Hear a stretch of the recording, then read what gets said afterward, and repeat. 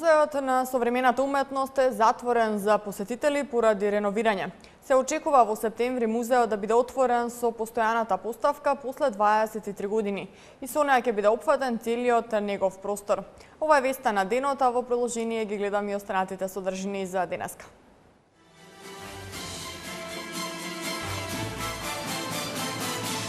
Се отвори интернационална приватна градинка Сент Пол. Акција за крпење на ударни дупки низ киселава.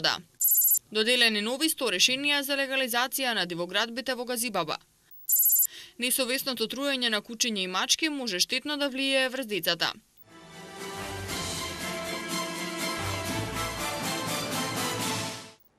Меѓународната образовна компанија Цел Глобал, чиј менаџер е индиецот Амриш Чандра, ја отвори меѓународната градинка Сент Пол, во која ќе функционираат 4 групи за деца на возраст од 1 до 5 години. Во градинката наставата ќе се одржува на македонски и на англиски јазик, а цените ќе бидат прилагодени за македонскиот стандард. Елизабета Дамјановска. Скопје доби нова детска приватна градинка. Денеска свечано беше отворена градинката Сент Пол, која што е индиска инвестиција на меѓународната компанија Цел Глобал, компанија која и претходно покажа интерес за инвестирање во образовниот процес во Македонија. Тоа се првите детски несигурни чекори на Цел Глобал, меѓутоа не се последните. Цел Глобал како компанија има големо портфолио, инвестицијско портфолио кој што планира да го реализира во Македонија и на целиот Балкан. Нашата цел првично беше да отвориме 2 детски градинки во Македонија. Меѓутоа со она младежка енергија и елан кој што ни го покажа министерот Диме Спасев, секако ние се радуваме и ќе работиме на проширување, односно на збогатување на сегментот со детски градинки во Македонија. Програмата за вршење на дејноста ќе се изведува според основите на програмата за воспитно-образовна работа со деца од предучилишна возраст во јавните детски градинки и според воспитно-образовната програма на градинката.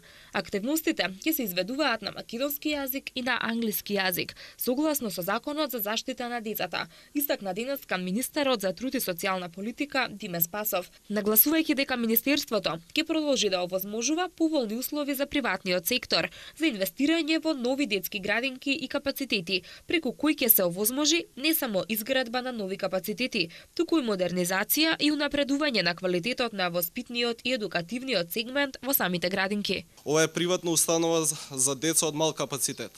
Програмата за вршење на дејноста ќе се изведува според основите на програмата за воспитно-образовна работа со деца од предучилишна возраст во јавните детски градинки, но и според воспитно-образовната програма на оваа градинка.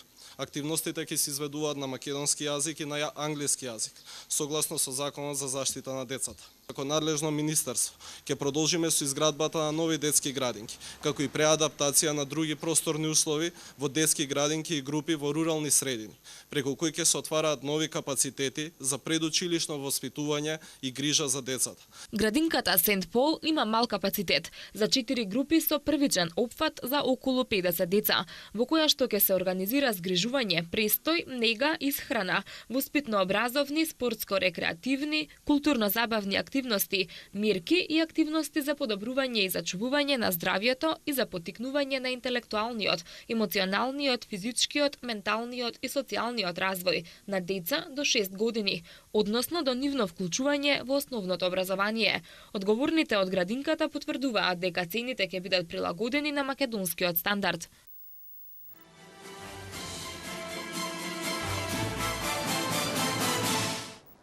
Сите ударни дупки по сервисните улици на територија на општина Киселавода од денеска ќе се санираат.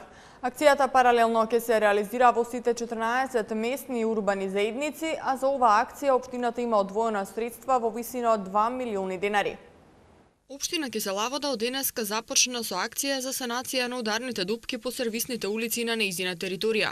Оваа акција денеска ја најави градоначалничката Билјана Беличанец Алексич. Во сите 14 местни и урбани заедници во општина Киселавода оваа акција паралелно ќе се реализира. Фирмата изведувач на градежните работи има формирано 4 оперативни групи по барање на општината кои ќе действуваат во 4 реони низ општината. Населбата и селото Драчево и подстаница го сочинуваат првиот реон. Населбите Градинар, бараките во 11 октомври, селото Усија, Стаклара, Каменик и Пинтија се опфатени во вториот реон. Во третиот реон влегуваат населбите Припор, Киселавода и зградите во 11 октомври. Додека пак четвртиот реон, од каде впрочем започна акцијата, го зачинуваат населбите Бирарија, Цветан Димов, Црниче и Пржино. Градоначалничката Билјана Беличанец-Алексич упати апел до граѓаните да бидат трпеливи и отворени за соработка во периодот додека се изведуваат градежните работи, кои ќе придонесат за подобрување на патната инфраструктура. Ќе го искористиме периодов за сите градежни санации по сервисните улици на општина Кисела Вода. Оваа прилика ќе искористам да ги замолам граѓаните на општина Кисела Вода за соработка, каде што ќе треба да се повлечат нивните возила за да може механизацијата да влезе во сервисните улички, како би можеле навремено да ги санираме овие дупки и при тоа однапред да им се заблагодарам за трпението наредниве 15 на дена. За реализација на оваа акција која спроведува општината ќе бидат потрошени 900 кубни метри асфалт, а истата се реализира по претходно детектирање на ударните дупки како и по пријава од граѓани кои искористиле апликацијата Види пријави поправи. За оваа акција од буџетот на општина Киселавода се одвоени 2 милиони денари, а по завршувањето на истата ќе се започне процес на детектирање на пропаднати шахти кои подоцна ќе бидат нивелирани.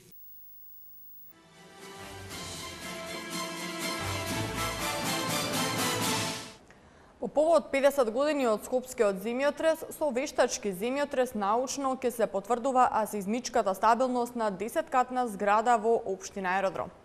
Станува збор за зграда на Дора инженеринг, кој заедно со експертите на Институтот за земјотресно инженерство и сеизмологија за прв пат ќе го изведат ова во независна Македонија. Целта е и научно да ја потврдат докажаната сеизмичка стабилност и сигурност на елитните стамбено-деловни објекти. Стамбениот објект на кој ќе се изведе тестирање со вештачки земјотрес се наоѓа во населбата Ново Лисиче во општина Аеродром. Во мини стамбената населба Дора кај бензинската пумпа Макпетрол утре 10 јули во 11 часот. Општина Газибаба и градоначалникот Тони Трајковски денеска доделија нови 100 решенија за легализација на бесправно изградени објекти за физички и правни лица на територија на општината. Досега од започнување на овој процес општината додели околу 1600 решенија, а има 16.000 барања. Изготвувањето на вакви решенија од стручните тимови на општината продолжува и во наредниот период. Томислав Атанасовски. Во големата сала за состаноци на Советот на општина Газибаба градоначалникот Тони Трајковски и председателот на Советот Милан Андоновски доделија нови 100 решенија за утврдување на правен статус на бесправно изградени објекти од подрачјето на општина Газибаба. Во оваа општина има пристигнато најголем број на барања за легализација на дивоградбите, околу 16.000, од кои 8.000 се со комплетна документација и секојдневно се прават напори за брзо решавање на предметите. Околу 40 луѓе од општинската администрација и дополнително ангажираните волонтери се групирани и секојдневно излегуваат на терен да ја контролираат градбата на оние кои имаат поднесено комплетна документација со изготвен елаборат, пошто се изготвува решението кое потоа се доставува до барателите.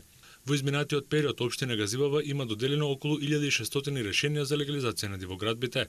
Градоначалникот Тони Трајковски упати апел до сите граѓани кои имаат поднесено барање за легализација на своите објекти да имаат трпение затоа што физички сите предмети не можат однеднаш да се решат. Општина Газибаба има решенија изготвени за правни и приватни лица кои добија пресметки за да направат плаќање и потоа да си ги добијат решенијата за легализација на своите објекти.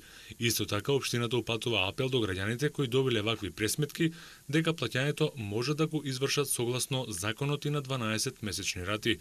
Изготвувањето на вакви решенија за легализација на дивоградбите на територијата на општина Газибаба од стручните тимови на општината продолжува и во следниот период.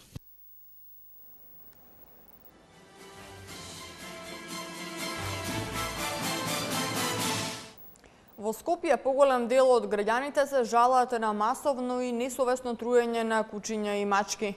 Голем дел од граѓаните се жалат дека се фрла отров на сите страни и на места каде што секојдневно поминуваат многу луѓе и играат голем број мали деца. Прилог на Андријана Димитриевска. Во последниве неколку месеци на територијата на Скопје масовно се случуваат труење на кучиња и мачки во поголем број и тоа од страна на несовесни граѓани. Станува збор за улични кучиња и мачки, но наместо тие многу често се случува да бидат затруени домашни милиничиња. Голем дел од граѓаните се жалат дека се фрла отров на сите страни и на местата каде што секојдневно поминуваат многу луѓе и каде што секојдневно играат безброј мали деца. Конкретно во општина Аеродром аеродром, иако досега неколку пати општината упати апел, повторно апелира до несовесните граѓани да не ги трујат кучињата и мачките скитници, бидејќи поставувањето отровни мамки представува голема опасност за децата, граѓаните и домашните миленичиња.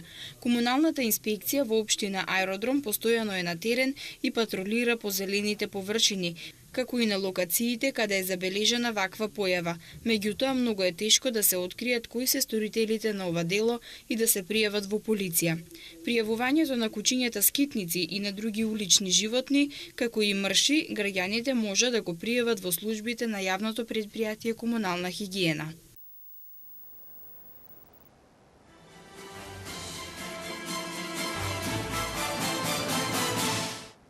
Во понеделник истекува рокот за аплицирање за годинишната награда на Светскиот самит за мобилни содржини, која како иницијатива на Обединетите нации ги представува дигиталните содржини значајни за глобалното општество.